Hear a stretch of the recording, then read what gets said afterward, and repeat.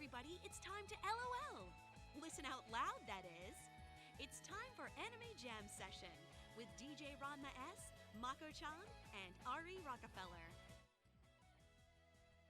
Hey everybody, welcome to Anime Jam Session, episode number 620. We are that podcast talks about anime, games, conventions, the fandom, geek stuff, and everything in between. I'm DJ Ranma S.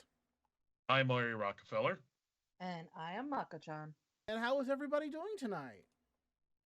Eh.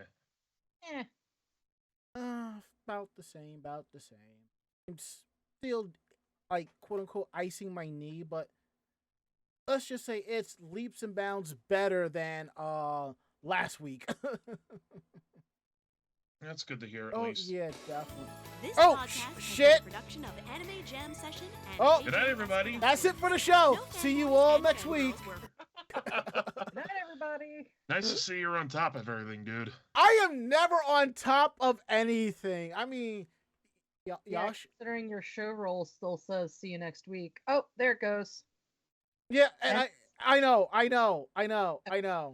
19. I know. I'm fixing it right now, and there it is. Okay.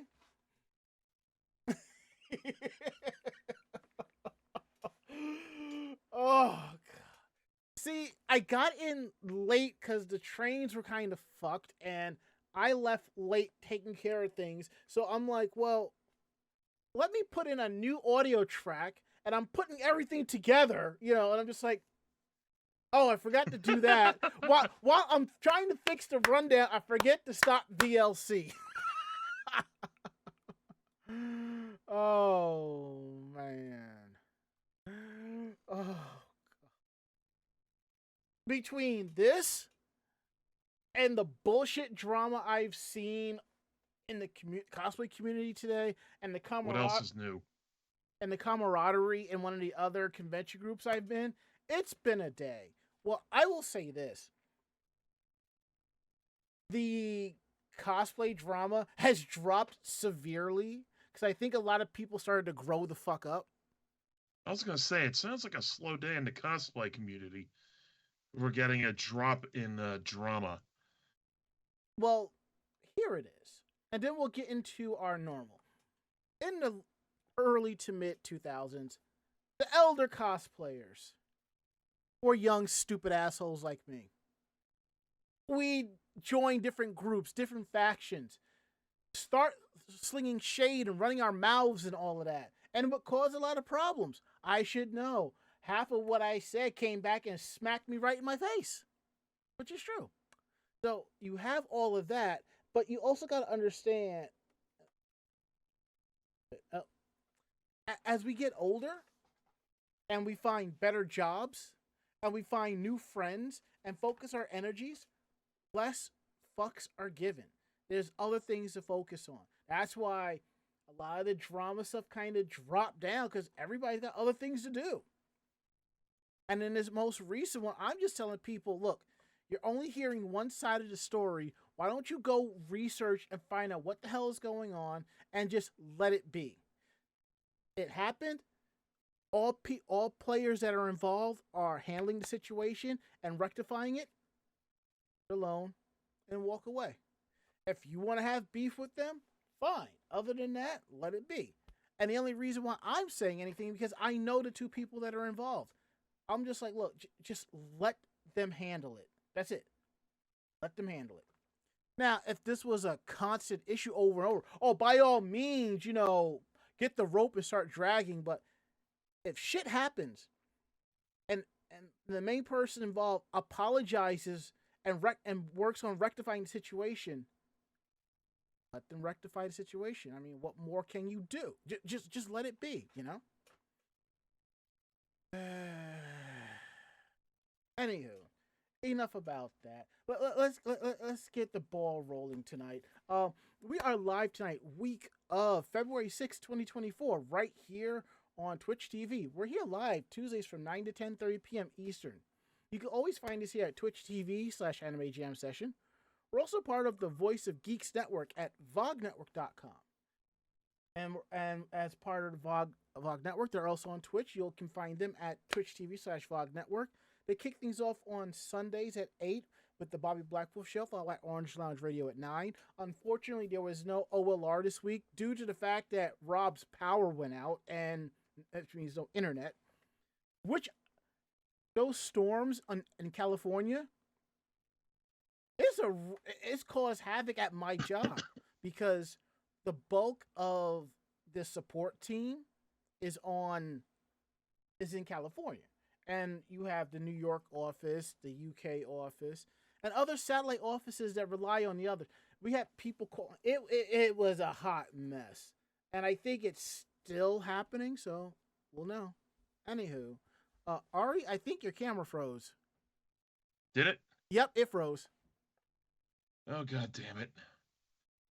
You'll have to excuse me, people. I just got a new camera for a new webcam, and I'm still trying to get its audio and video. I'm still trying to work out the bugs with it. How is it now? No, I just see the Skype symbol. That's all I see.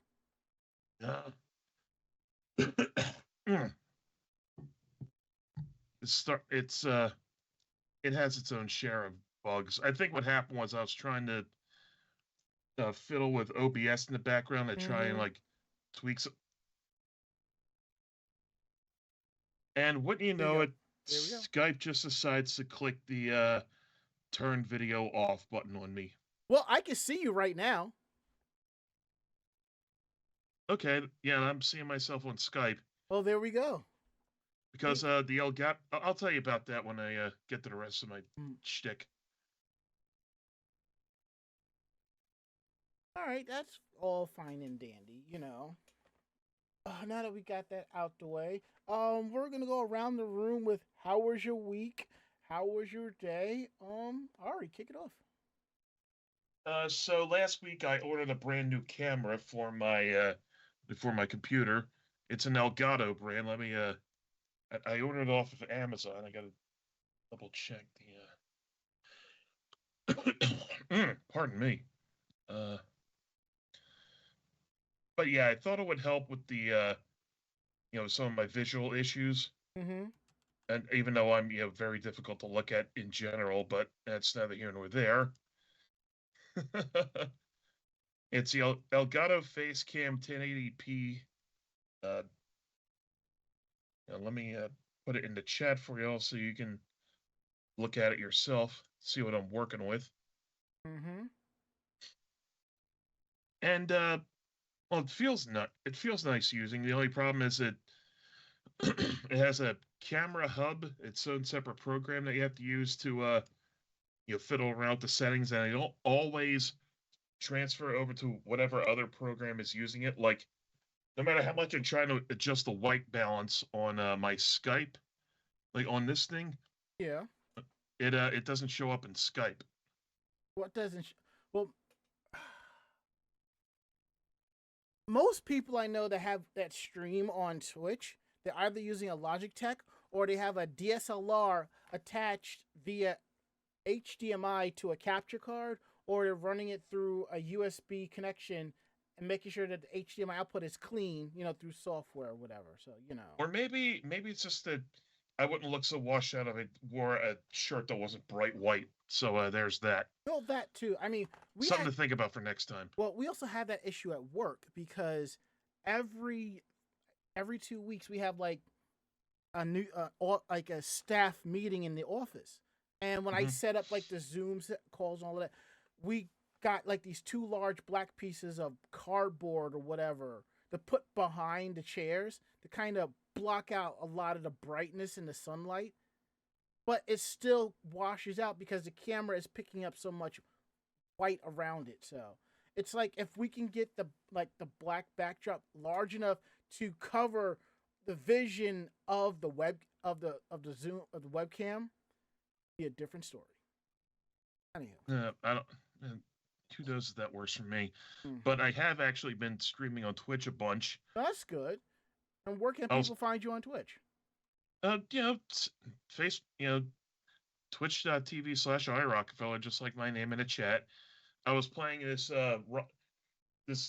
updated ROM hack of Zelda 2. Mm-hmm. It I saw somebody else online doing like one of those ROM hacks. I'm like, I'd like to try one of those. Yeah, the one I'm playing is pretty fun. And it's a lot more stuff to collect, a lot of quality of life advances and whatnot. And you can get to a second quest with it, which I want to actually go for 100% this time because I get to the ending and I talk about on my Twitter feed, and someone brings it up. I'm like, oh god damn it! I knew I missed a bunch of stuff. Hmm. Still able to beat the game anyway, but sucks that I missed all that. Yeah. And I don't have a set schedule for streaming. I just, whenever I get The urge. the urge to do so. I mean, I only got like 4 or 5 viewers max, and that's not fun. Just out of curiosity, did you load the software for the camera? Yeah, Okay. like I even got a camera hub, right in the toolbar here. Yeah, I'm looking at it. Like you should just be able to plug it in and just let it ride. And I'll deal with the Yeah. with the extra stuff later. I still got other things I want to do with my Twitch loadout. I know it does look a little bare bones as it stands now. Yeah. You'll get there. I mean, like I would love every little bit counts. So Mm-hmm. look, I like what I have here. I would love to do more, but that means I got to sit down and learn how to do certain things. I'm just like, I just don't have the time or the energy. So, Mm-hmm. Anywho, Mako-chan, how was your week? How was your day? Not bad. Uh, Finally, went to a very much postponed dinner this weekend. Yep. Got a couple of Lego sets for myself for my birthday. Which ones did you get? I got the bonsai, but I haven't started that one yet. I got a couple of single stem flowers that I'm going to put together with a vase and bring into work. Mm-hmm.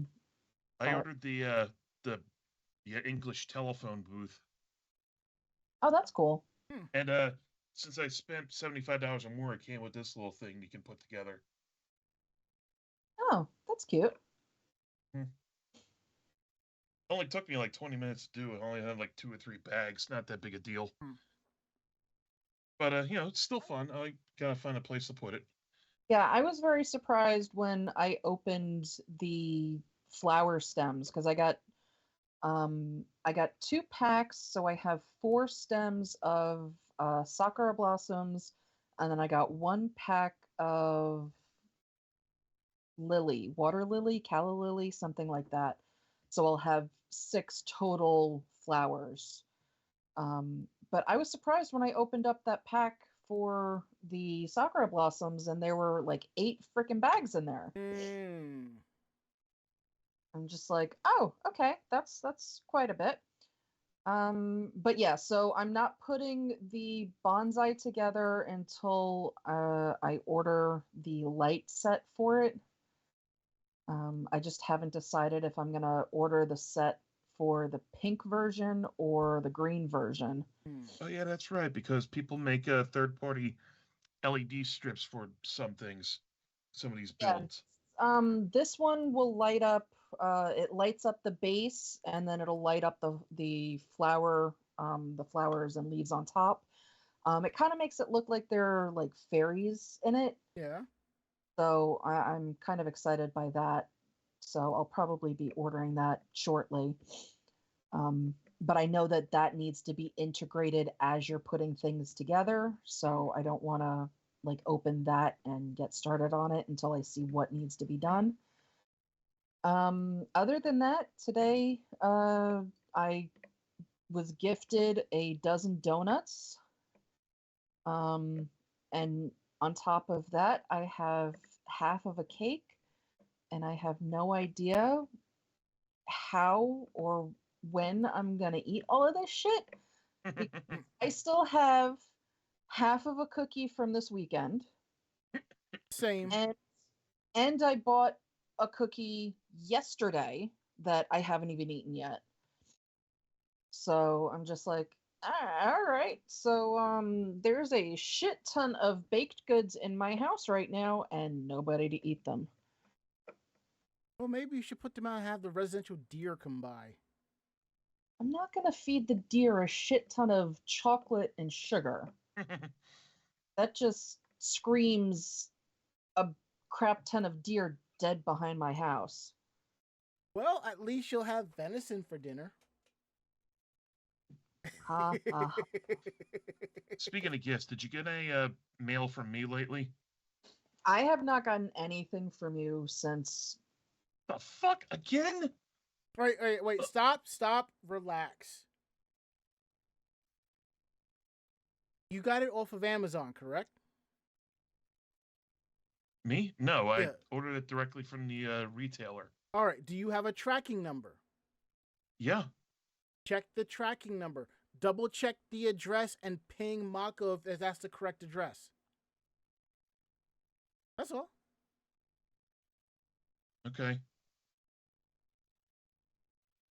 Yeah, because I never. You said you sent something for Christmas and I never got anything. And then I didn't get anything in the last couple of days from the mail. And the only thing I had delivered today was a couple of things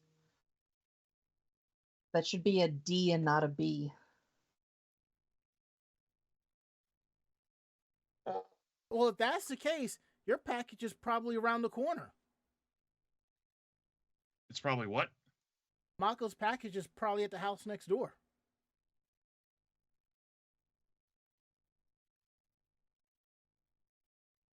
Just saying. Now, I would say check and see if it has been delivered, because if it's still in process, you still got time. So, I wouldn't worry too much in that case. Because trust me, I have a package here I need to send to my younger sister. I send her Christmas cards, but I want to verify that's the correct address, because most of the time, if the address is correct for letters and stuff, it just gets forwarded. Packages, they just get delivered regardless. Well, I just checked the UPS tracking and it's marked as on the way. All right, that's good. So Mako knows to be on the lookout for it.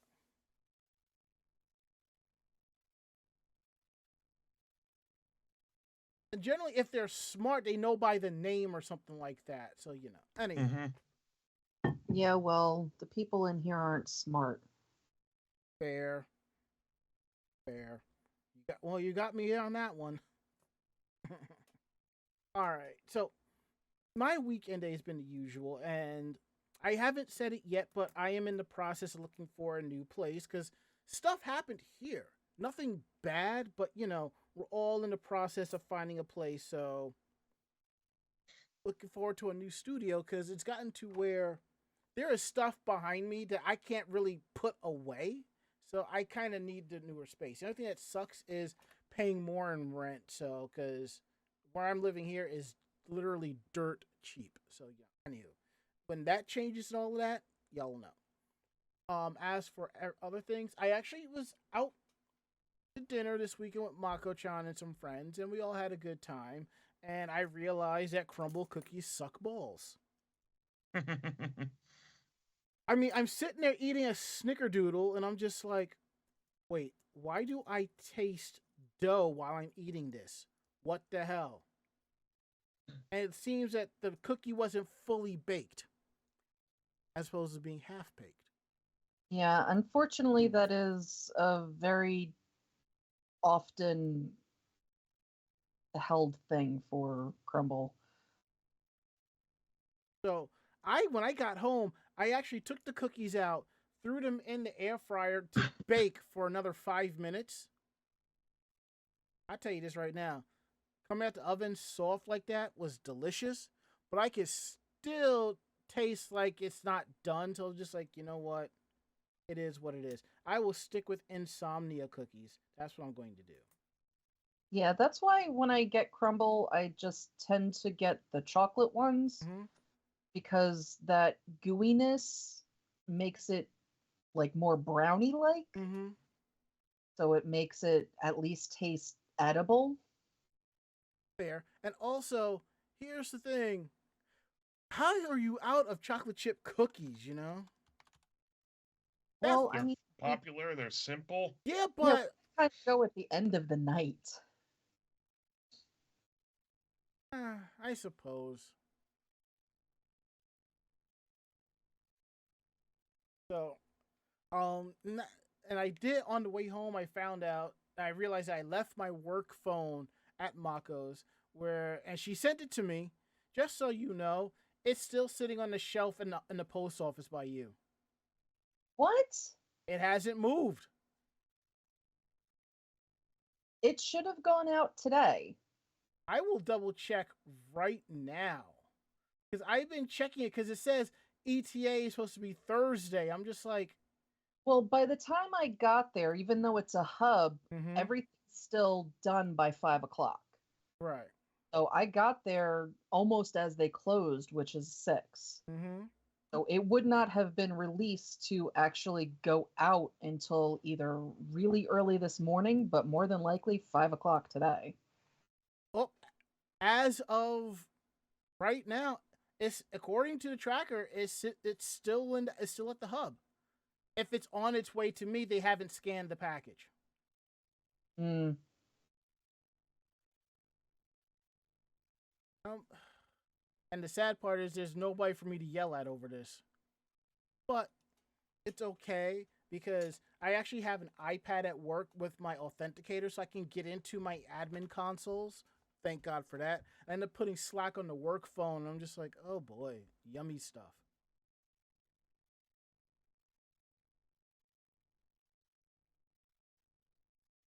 So there's that. And that's basically has been my work and day. And it's just, doing what I gotta do. So, Ari, did you get my Christmas gift?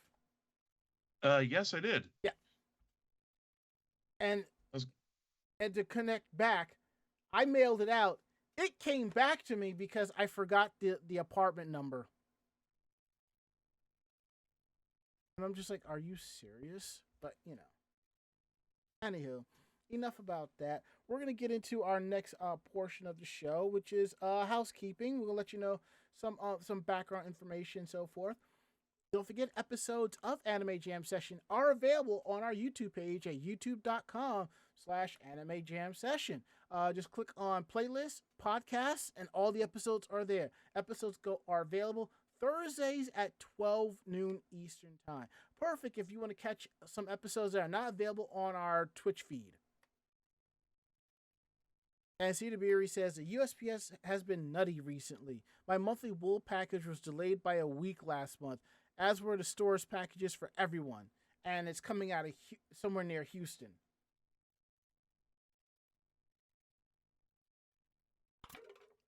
Also, our first convention of the year is coming up in about 6 to 7 weeks. And it is ZenkaiCon 2024. It is at the Lancaster County Convention Center from March 22nd to 24th. Unfortunately, the hotel is sold out, but the con hotel, that is. But there are nearby hotels that you could definitely check out. So come through, swing by, and have a good time, y'all. So, that right along to Geek Roundtable. This is where we talk more about the geekier aspects of our life and other cool geeky stuff. So, Ari, what you got for Geek Roundtable, friend? I got the gift you sent me. Nice. It's Princess Mercury in the very lovely gown. Yep. I haven't opened it yet. I just got it today. It's the Q Posket. Yeah, I actually have the Princess Venus one on my shelf. Yep. I actually have the Princess Venus one myself. And I believe Mako has Princess Jupiter. Yes, I got that for my birthday last year. Okay. Did I give it to you for your birthday last year? No, I think Ari gave it to me for my birthday. Okay, last year. all right. I just couldn't remember. The only thing I really remember is slapping labels on your gift bag that says "not porn,"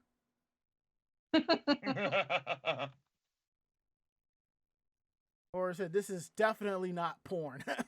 And it would have been porn anyway. No, I'm not. No, maybe if there was a stack of dojins, maybe.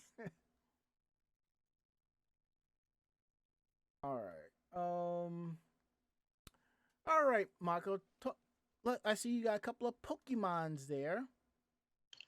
Yeah, so continuing on with things from, the last couple of months that I've picked up.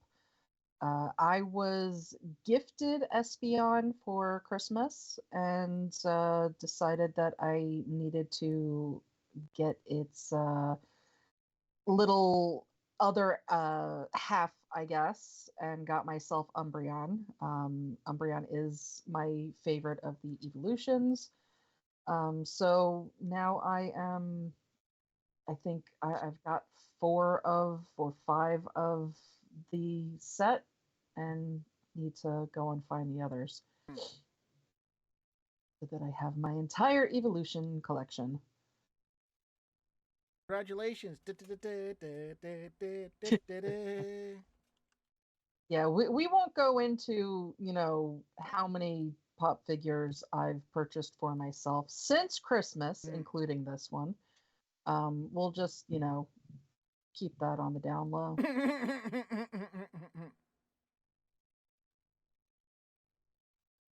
But next week I will be showing off I think the last 2? No, I've got 3 more that I got for Christmas. So I'll be showing off one of the 3 next week. Cool. Because none of them are actually, twins like this. Last week or the week before was Giant Silent Bob. They just kind of have to go together. And of course. Naga Nooch. Yeah, so the next 3 are, basically by themselves. So, yeah. All right, cool. So I am going through all the figurines that I bought when I was in Japan, and I realized there is a Christmas figurine that I have here. And the thing is, I am very proud of the price that I paid for it, even though it's a little busted. And by busted, I mean the box. What I have here is Hatsune Miku 2023 Luminasta figurine. And Looks nice. Yeah, and like I said, the box is slightly busted, and there is a sticker on here that says unopened, which is really cool for the price I paid for this. And I paid 1,500 yen after tax, 1,650 yen. So I basically paid about $12 for this. Nice. This not bad. Hatsune Miku Luminesta 2023. If you look online in regular stores, you're looking to spend a lot more money, like close to $30 for it. Like, wow. Again, as people were telling me, when you go to Japan to see the figurines at the prices, you're going to be mad. And I'm just like, I'm not mad per se. I'm kind of mad on the fact that there were figurines there that I wanted, but then I already pre-ordered them.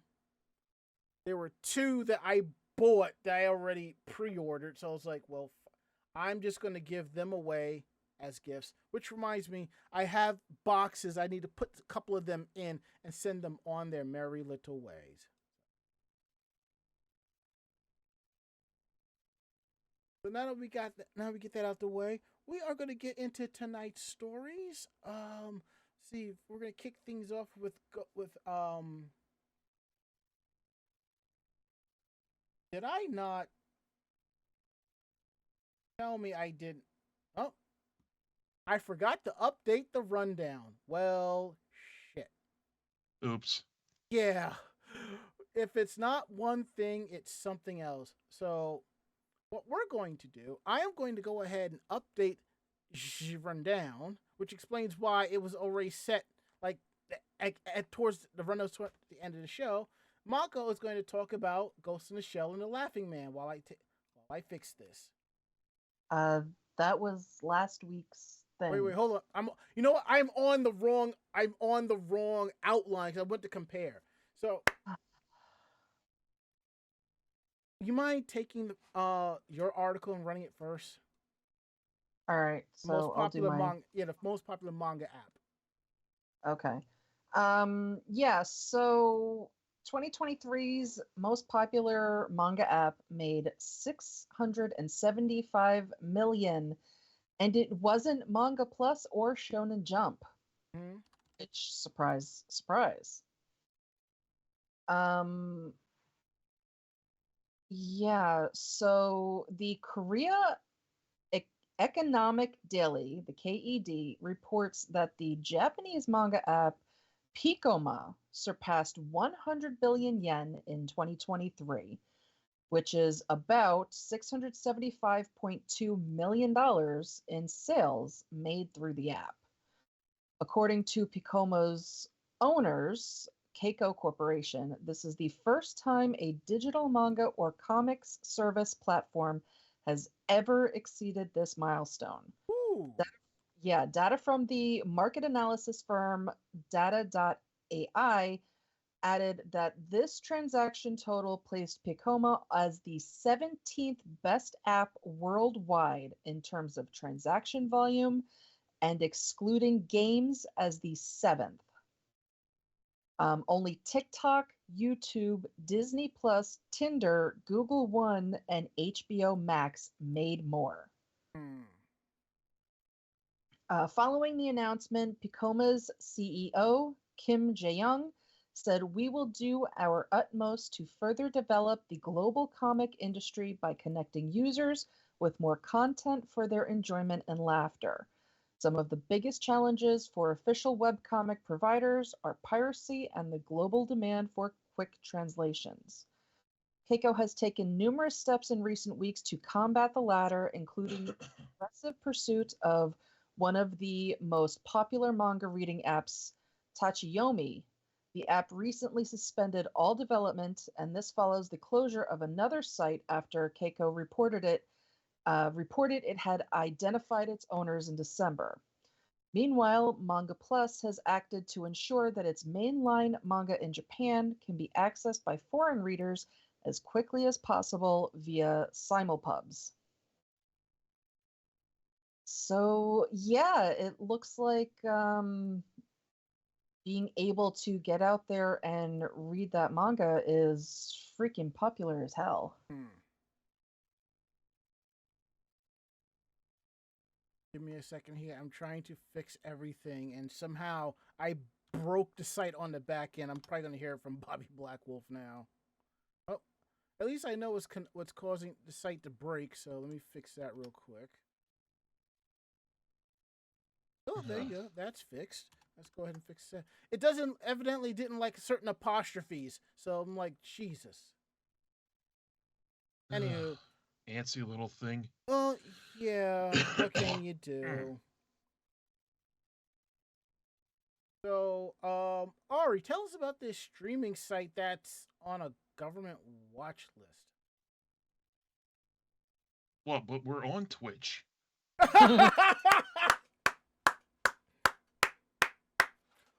Wow.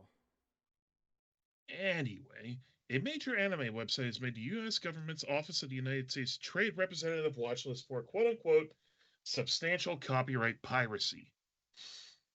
So yeah, it's AnaWatch. The United States Office of the United States Trade Representative, USTR, has released its annual review of notorious markets for counterfeiting and piracy, aka the Notorious Markets List. The USTR describes this list as online and physical markets that reportedly engage in or facilitate substantial trademark counterfeiting or copyright piracy. Featured on the 2023 list was AnaWatch, which USTR claims is a rebranded version of Zorro.to that was shuttered in July 2023. Anawatch features along 38 other websites are seen as being the forefront of online piracy. And we know those sites, so. Yeah, it also includes more general websites like Vega Movies, The Pirate Bay, and more.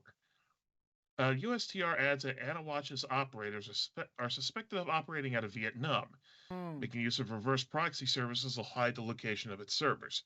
They also suspect that in just the past 6 months, Anawatch has become one of the most popular pirate streaming sites, not just in anime, but in any medium. Torrent Freak highlighted USTR's note that given Zero.to's rebrand, it's important to not just seek website takedowns, but also to pursue owners and operators. And this is coming at a time when online piracy is really heating up. The discussion about it and the ever so pleasant and gentlemanly discourse of it.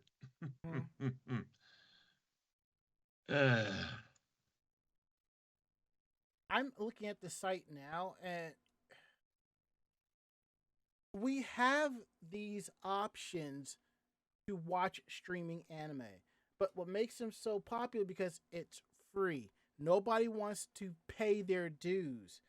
And the biggest bullshit I have heard is it doesn't matter if you even if you watch streaming anime, everybody else doesn't get paid.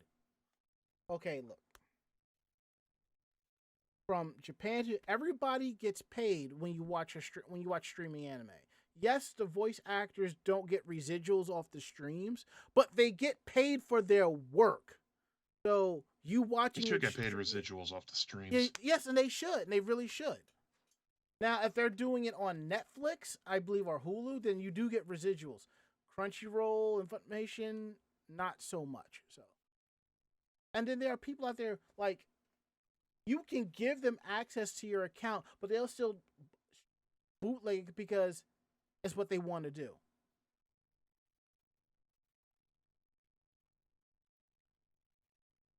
Hell, I mean, I'll admit, there's one site that I go to for music.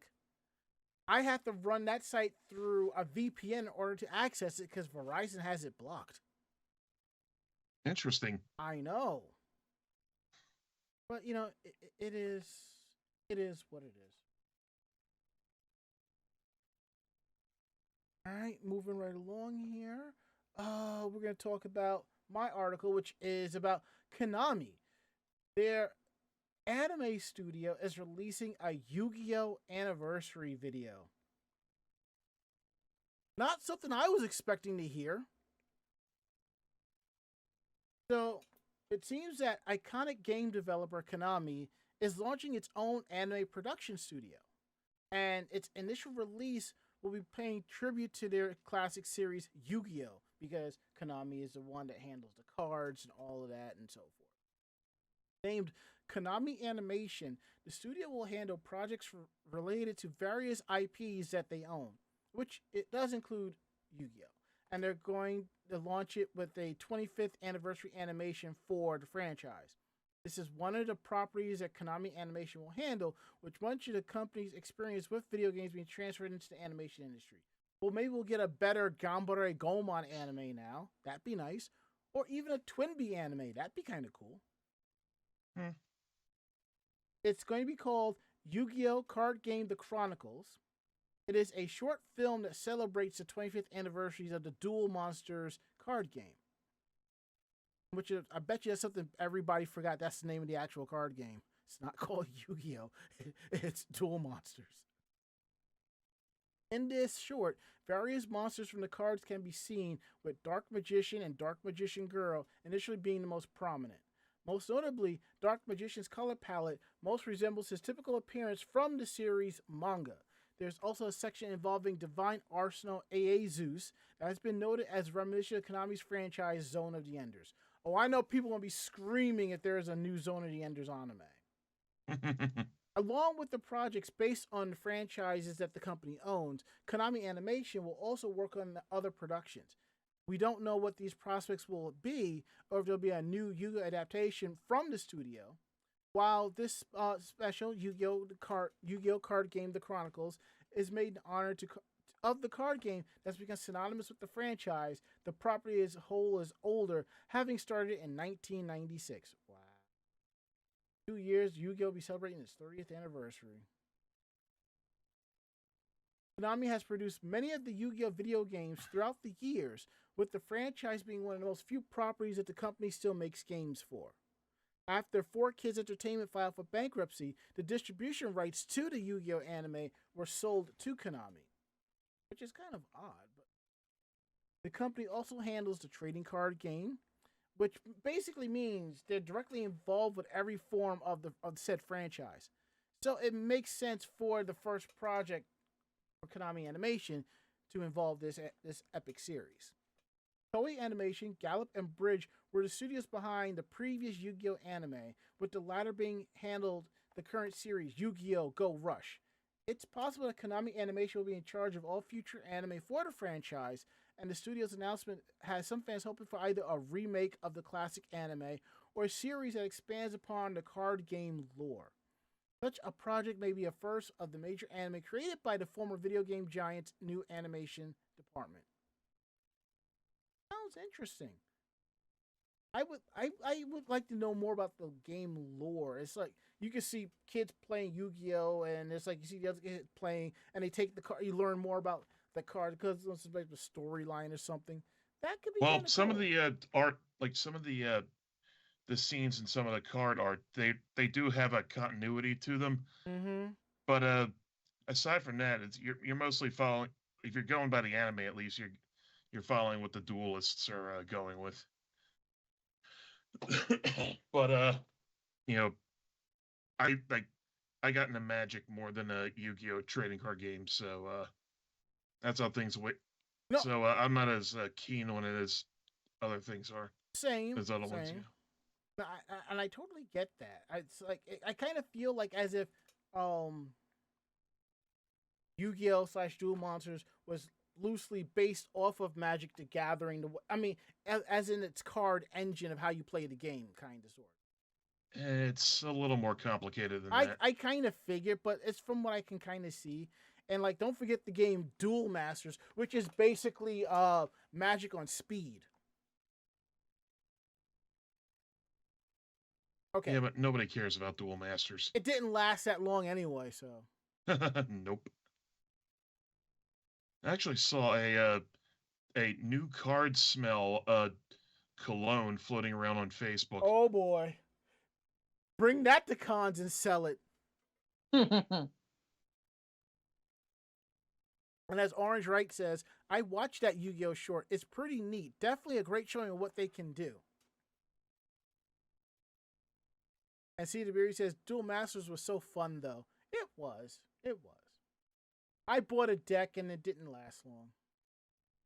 One of my younger cousins got a hold of it and kind of destroyed it, and I was like, well, that was my money. Anywho, moving right along, we're going to talk about Laughing Man. Ooh, this one's me as well. Yep. So, the Laughing Man from Ghost in the Shell standalone complex struck the production, IG, and Kodansha homepages just in time for the in-story date of the event, February 23rd. But, unlike the apparently real hacking of the franchise's Twitter account, the website's defacing is all part of the campaign. So the Laughing Man symbol has been hijacking the official website, social media accounts, and company homepages linked to Ghost in the Shell. There have been reports of similar incidents increasing and investigations underway, seeking information on other copycat criminals, blah, blah, blah, blah, blah. So as of the writing of the article, the CEO of Production IG and the CEO of Kodansha had their profile pictures covered with the Laughing Man symbol on their respective websites. The Ghost in the Shell SAC2045 Twitter profile picture is currently replaced with the symbol. Let's see, what else? This comes days after the official Ghost in the Shell Twitter account was apparently hacked on January 28th. But it's all just to celebrate the real world date of the in-story Laughing Man incident. Let's see. The website not only promotes a special showing and hacking, but also announced a hashtag campaign with 20 people receiving an original gift a fan art contest with the Laughing Man symbol between February 3rd to February 29th, a Discord Q&A on February 1st, a limited time free posting of the manga series on Magazine Web, a a limited time free streaming of SAC The Laughing Man compilation on YouTube until February 3rd, an SAC pop-up story Akihabara, giveaway of an original not for sale Laughing Man t-shirt to 40 people who participate in the campaign, another fan art campaign, and the talk show at Human Trust Cinema Laughing Man collaboration, Rage Blue Apparel a SAC, the Laughing Man exhibition, collaboration appeal with Subsiety, and a collaboration campaign with Angel Champagne. So there's some for every fan, but you have to be living in Japan to receive the gifts that aren't the fan art competition. So, yeah, they were really leaning into it. All right. Now, what's interesting that you brought that up. One thing I probably need to go back and update my site with is the fact that when I went to Ikebukuro, Pardon me, and I was in Sunshine City, was it there? Yeah. There. Bandai Namco has like this massive retail store where you can find some of the figure arts and other Mega House and some other figures and franchises there. They actually had, and I think we talked about it, the whole Cowboy Bebop display. Mm-hmm. I don't think it was the same one, but they had like a mini museum where you could walk through and see some the stuff from the series, and they had shirts and caps and stuff for sale. I thought it was kind of cool. And I'm looking up this place that they're talking about, that where the Ghost in the Shell setup is, called Seek Base. Mm-hmm. Holy crap! I did not know about this spot. They have tons of figurines and stuff. It's expensive, but of course it's Madarake. So okay. Seek Base is a retail. It's like a mall, but most of the stores in there are Madarake, which is like a secondhand anime shop. Think of it as Book Off in a way. And from where I see where it is, I have passed this on the train and not realized where it was. That is going to be on my list when I go back to visit for my birthday next.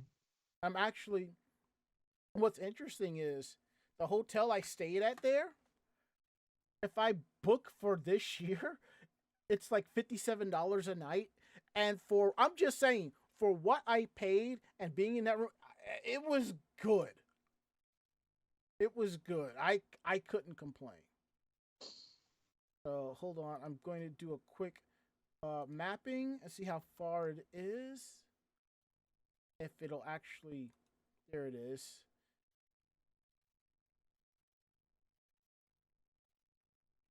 Yep. It's a 10-minute walk from the hotel. And from looking where it is, I kind of know where it is. So, cool. And what's funny is I think we talked about this on the show about like one of the biggest malls in Akihabara. I didn't realize it, but I actually walked through there and didn't even know it was one of the biggest malls. All because I was too busy trying to find frames for Rose and some other stuff. So it's all good in the hood. So.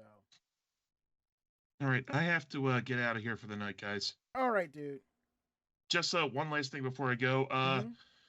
I saw that Third Strike was trending on Twitter. Yeah. And it's because EVO 2024 announced that Third Strike's going to be the throwback title for this year. Okay, that's cool. And this is 20 years after EVO Moment 37. You mean all that parrying? Yes. Maybe. All right, so I will see you guys later. Itself. All right, take care, dude. Good night. Okay, we're over in 2-play mode, so let me fix this real quick. I change it from Ari to Mako. Where is Play. There we go. Perfect. That makes it even better. So we got the last two. We can get out of here with this. So Mako, is all on you. Okie dokie. So the official website for the Sailor Moon franchise announced on Monday that the series is getting a new musical by the Nogizaka 46 idol group in Tokyo in April. Ooh. Main cast will be comprised of Nogizaka 46 fifth generation members. This will be the first new Sailor Moon production by them in 4 years. The previous run of the last musical was held at Tokyo City Dome during October of 2019. The musical also ran in Shanghai, China, at the Majestic Theater in November of 2019. That stage musical from Nogizaka 46 debuted at the Tennozu Galaxy Theater in Tokyo in June of 2018, and the TBS Akasaka Act Theater in Tokyo in September of 2018. Obviously, the newer versions started in 2013 to celebrate the manga's 20th anniversary. However, they have been running for years and years and years because we know quite a few people that were into the Saramiu musicals. So I think it's kind of cool that a new show is coming. And it would kind of be nice to see if maybe, part of that show will come to the US like it did in the past.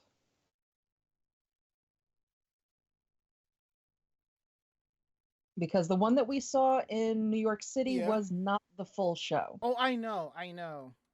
They did not bring the full cast with them. We did not get to see, the entirety of the show, which, kind of sad, but I can understand they didn't want to, have to worry about transportation and passports for that many cast and crew. Right. But some of them were also doing that type of show in other countries as well. Yeah. So they kind of just split themselves. So I do hope, because of the popularity of the run in the US, because they did 4 shows in the US, if I'm not mistaken. I'm going to go back and click on that article that talks about it from way back when. I believe it was 4 shows that they did. 2 in DC and 2 in New York. And they were basically sold out across the board. So they sold out very quickly. And the thing is, now here's the thing. When a lot of times when it's shows like this, and it's like it's at a theater, and you're just like, oh, this is great. It's gonna be up here. Sometimes you don't realize there are some theaters that have like 2 stages. There's one upstairs, and then there's one downstairs. The Super Live for us was downstairs. It was a smaller stage, but it still sold out. This is one of those stages where you've probably gone to those concerts where it's general attendance, where first come first serve, and that's what me and Mako did. We were the first ones online for the 4 o'clock showing, but I think we weren't up close, but we were there. We were kind of there. Oh, wait. There were more than 4 shows. They had a Friday and a Saturday in both locations. I think it was a total of like 6 shows, something like that. So it was like that. And I would say this theater could probably handle about 500. But I tell you what, it's a good thing I was the first online, because the merch sold out in like 20, 30 minutes. Yeah, that was they had kept some of the merch Mhm. because we ended up seeing it on Saturday. So they had kept some of the Mhm. merch so that it didn't fully sell out on Right. Friday. Right. So we were able to get what we wanted, but Mhm. a lot of a lot of it ended up completely selling out by the time everybody had gotten in. Just so you know, the Super Live fan that you bought is going. Somebody has on eBay for like between 80 and $100. Damn. Ain't nobody going to pay that type. No, no. Even if I could get it for 80 or $100, I wouldn't sell it. Exactly. I mean, it's a different story if the Super Live came here like every year, every other year, then I could see myself buying stuff to flip. But it's more a hand mindset of I want something as a reminder, which I do have. I think I picked up a light or a lanyard. I don't remember. It's over there in the corner somewhere. So whatever I bought, I just have no intentions of selling it. So you know. So hopefully, if they do come to the States again, it'll still be at it's at this is now the Sony Theater. I hope it's upstairs now, which would be really cool. Which is interesting because outside of that, the only other concert I saw there was I think Morning Musume, and I went there just to hang out with Holly for about an hour or something like that. So good times. So our last story of the night, we're going to talk about Scott Pilgrim Takes Off and the Super Mario Brothers movie. It seems that both of these films were nominated for Ace Eddie Awards. ACE stands for American Cinema Editors, and they have nominated Science Saru, the people that produced Scott Pilgrim Takes Off, for Best Edited Anime Series for the 74th Ace Eddie Awards. The series is nominated for Keisei Yanagi's Ramona Rents a Video episode. Ace also nominated the Super Mario Brothers movie editor Eric Osman for Best Edited Animated Feature Film. Scott Pilgrim Takes Off is based on Brian Lee O'Malley's graphic novels Scott Pilgrim versus whatever each one is called. The series premiered on Netflix in November last year. The cast from the original 2010 live action movie Scott Pilgrim vs. the World came back to do the voices. The series recently won Best Animated Series Non-Televised Award for Critics' Choice Awards back on January 14th. The GLAAD Media Awards nominated the series for Outstanding Limited or Anthology Series. The winners will be honored at two ceremonies on March 14th and May 11th. O'Malley wrote the project and served as executive producer with Ben David Grabinski, who worked on the new version of Are You Afraid of the Dark? O'Malley and Grabinski are also the showrunners as well. Science Saru, who worked on Devilman Crybaby, The Heike Story, and Keep Your Hands Off Aizoken, animated the project with its CEO Eon Choi as producer, along with Abel Gongora, who worked on Star Wars Visions, the mini episode To-B1 as director. Edgar Wright, the director and co-writer of the live-action film, is an executive producer with his producing partner Nira Prak, the film's co-writer Michael Bacall, and Mark Platt Productions' Mark Platt, Jared Leboff, and Adam Siegel. CBS Family Film and TV Awards nominated the Super Mario Brothers movie for Best Animated Family Film in its 26th annual awards. The 2023 Saturn Awards nominated that movie for Best Animated Film. The 81st Golden Globe Awards nominated the film for Best Motion Picture Animated category, and it was also nominated for the 51st Annual Annie Awards. The movie also received nominations for the VES Awards, Producer Guild Awards, and Art Director Guild Awards. The Super Mario Brothers movie ended the year as the #2 top earning film worldwide and in the United States. It is the #3 all-time highest earning animated film worldwide. It is the #17th highest earning film of all time. It is also the highest grossing foreign film in Japan in 2023. The movie opened in the US and in over 60 markets worldwide in April 2020. Yes, it's the #2 top earning film worldwide in the US, and I believe Barbie is the #1 top earning film worldwide and in the US.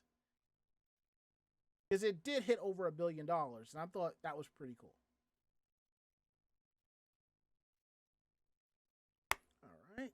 There was something else I was going to mention, but I don't remember. So, anywho, we're going to go ahead and get into the part of the show that y'all really enjoy more than anything else. Meanwhile, in Japan. Here. All right. I know which one I'm going to take. I am going to take the first one. Then I will take the second one.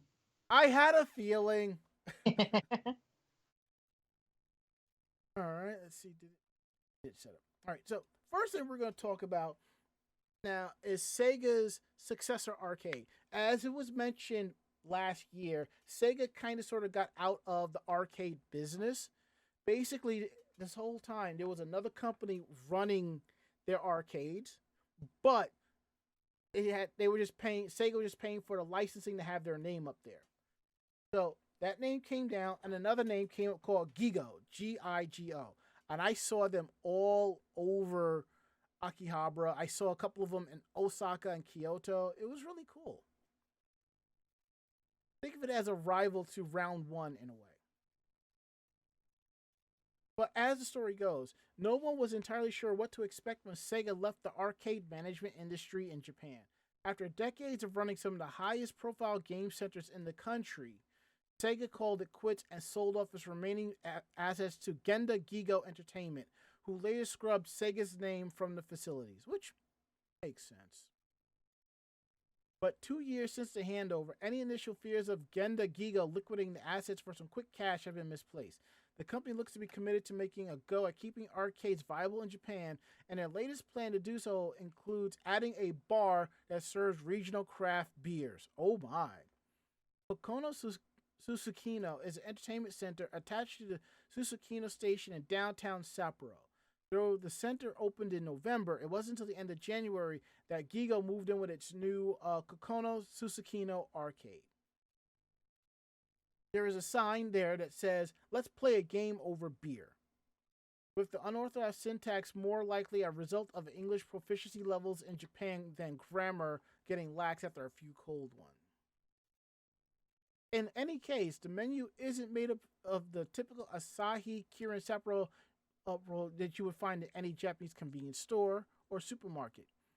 This is Sapporo, the capital of Hokkaido, and so this Gigo serves up Obihiro beer, a craft beer produced by Hokkaido's Sogo Brewing and shipped straight from the brewery to the arcade, as well as Hokkaido's Brewing Otaru Lager and Fruits Brewing line, which is infused with Hokkaido pear and Hiroshima lemon.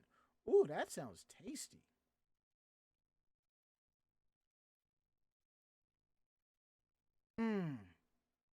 So when you go to this arcade, you're going to also notice signs at the bar for takoyaki, which is a pancake-like fish-shaped sweets stuffed with anko, which is sweet red bean paste or other fillings. And takoyaki is so delicious.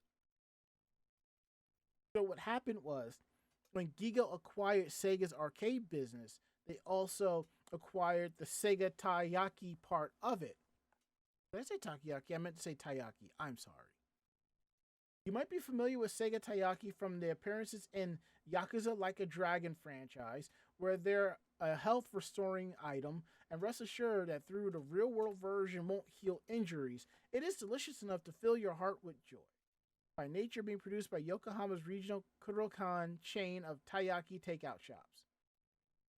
In addition to the standard fish-shaped taiyaki, Gigo Kokono Susukino says they've got character-themed limited-time taiyaki treats in the works, which is going to be kind of cool. Gigo's Kokono Susukino had a grand opening on January 31st, and it will be interesting to see if Genga Gigo expands this combination of video game and local craft brew entertainment to other parts of Japan, too. Well, I will say this. It works in the U.S. I mean, look at Dave & Buster's. Believe you me, you go in there, you'll probably find somebody at the arcade machine with a beer. And there are also local bar arcades where you can get a local beer, and there's like little stands next to the arcade machines and the pinball machines where you can put your beer, which is kind of cool.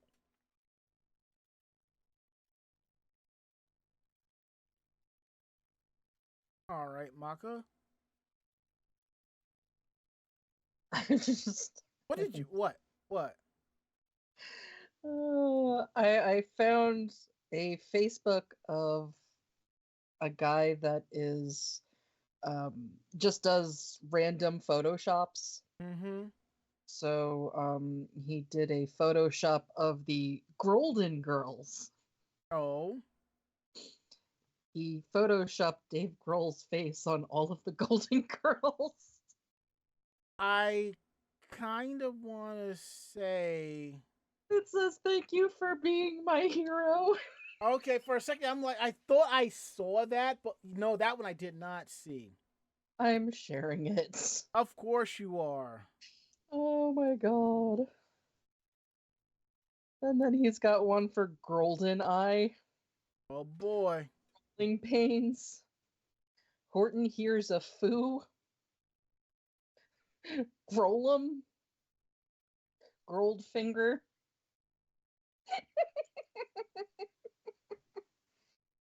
For those Oh of god. for Yeah, those of you anyway.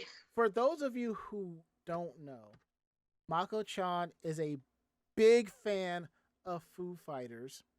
More importantly, she is a Dave Grohl fangirl.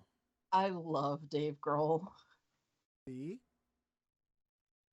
So yeah. Anyway, so a junior high principal in Hyoga was fired for stealing 7 cups of coffee.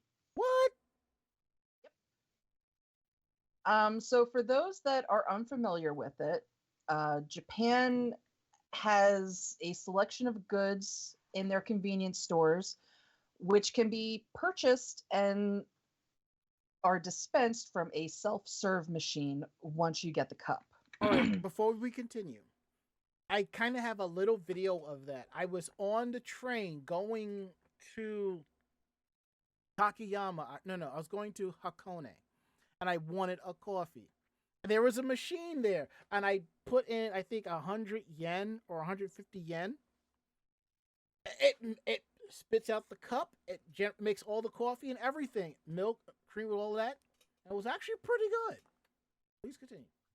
Yeah, well, these are more like if you were to go to a McDonald's and a cup and then have to go and fill the cup yourself. Mm-hmm. You request, you pay for the size of the cup, and then, you're supposed to be on the honor system of what gets put into that cup. Mm-hmm. But really, nobody's looking. So in this case, a 59-year-old man was caught, just getting a little bit extra. So his cover was blown last December when he popped into a convenience store during his lunch break and ordered a regular coffee, which is 110 yen or 75 cents. However, at the machine, he ended up pushing the button for large coffee, which is valued at 180 yen or $1.23. That large coffee fills the regular cup to the brim, which I guess is great if you just drink your coffee black. Mm-hmm. So he left the store and was about to get into his car when the clerk called out to him and then reported him to the police. And while waiting for the authorities, the clerk interrogated the man and found that he had done this twice before at that particular store. Whoops. The man was questioned by the police, but no charges were pressed, and the man was released. However, since he was the principal of a nearby junior high, word of the incident got back to the Board of Education, who questioned the man all over again. This time he admitted to having misappropriated coffee a total of 7 times since June of the last year, for an approximate total of 490 yen or $3.34. He explained that the first time he did it, it was an accident, but when he discovered that a large coffee fit into his regular coffee cup and the staff didn't say anything, he decided to do it again, even knowing it was wrong. As a result, on January 30th, the Board of Education handed down a dismissal for gross misconduct on becoming of an educational public servant. So That's right. He was fired for $3.34 of stolen coffee. That's Yeah, so comments Wow. online are very mixed. Some are agreeing that a person in this position, running a school, shouldn't, be caught up in embarrassing scandals, while others felt that the punishment really didn't fit the crime. Comments are he was axed for stealing about 490 yen worth of coffee and wasn't even charged with it. He's 59 too. I wonder if he still gets his retirement benefits. Just say it was an accident, dummy. You He big could have dummy. bought like 100,000 large coffees with those retirement benefits he lost. This guy gets a disciplinary dismissal, but principals who cover up bullying do not. Yeah, but when politicians do 1 million times worse, nothing happens. Mm. By far, most of the comments were pointing out the discrepancy of a public servant losing so much over so little at a time when members of the ruling Liberal Democratic Party are suspected of misappropriating about 600 million yen, which is about $400 million in slush funds. Although the scandal has shaken the structure of the party and greatly hurt its approval rating, it so far has led to little in the way of tangible punishment. Perhaps it's time that we all come together and hold our elected officials to the same level of accountability as our junior high school principals. Though I guess if we did that, we'd have to launch all those guys into space or something. Mm-hmm. Yeah, I can't believe that he was fired for what amounts to less than $5 worth of coffee. All right. I kind of feel like the punishment doesn't fit the crime, but at the same time, dude, you're 59 years old. You should know better. I definitely agree with that. I don't know that being completely fired, maybe demoted, Mm-hmm. something. But I just to be fired over less than $4 worth of, that is just beyond me. Very much so.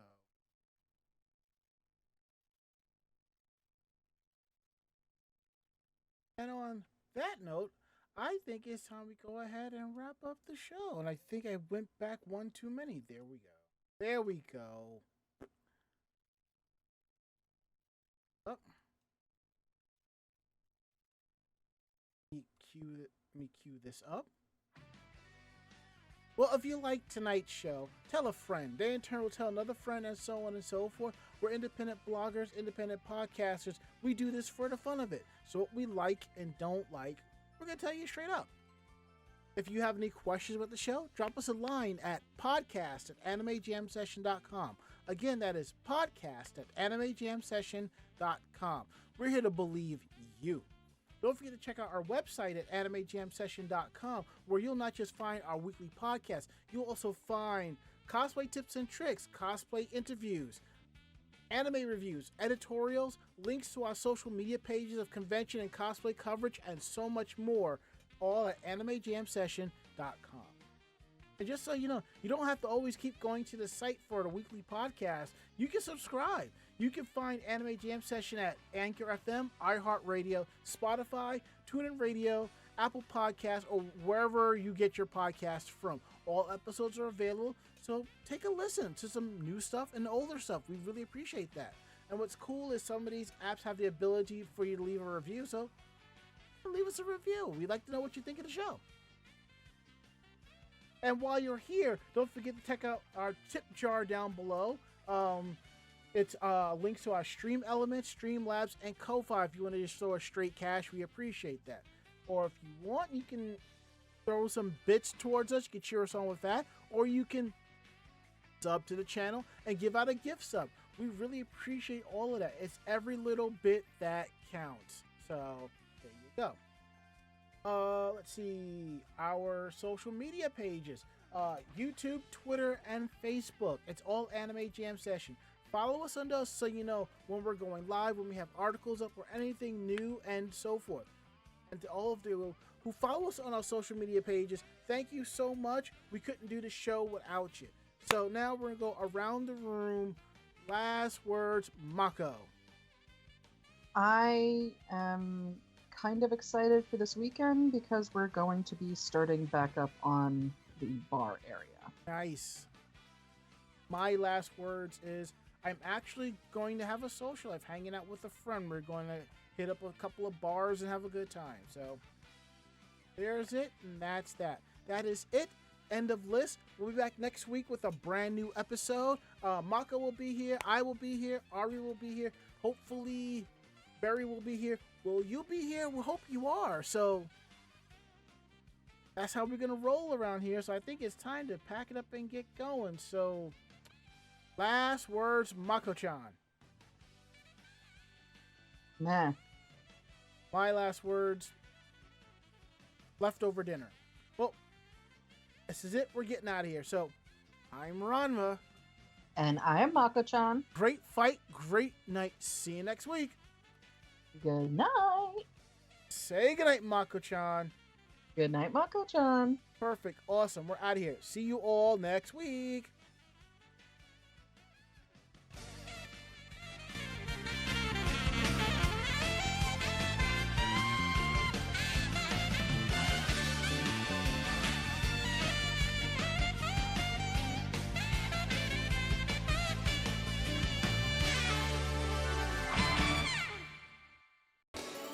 This podcast has been a production of Anime Jam Session and AJS Productions. No fanboys and fangirls were hurt, maimed, shot, electrocuted, or pistol whipped in this episode. For now. The views, opinions, and thoughts expressed on this show do not reflect the staff or the network as a whole. But we're still right, damn it. For transcripts of this episode, start typing. Check us out at animejamsession.com and vognetwork.com for more information about us and other programming. Jamatane!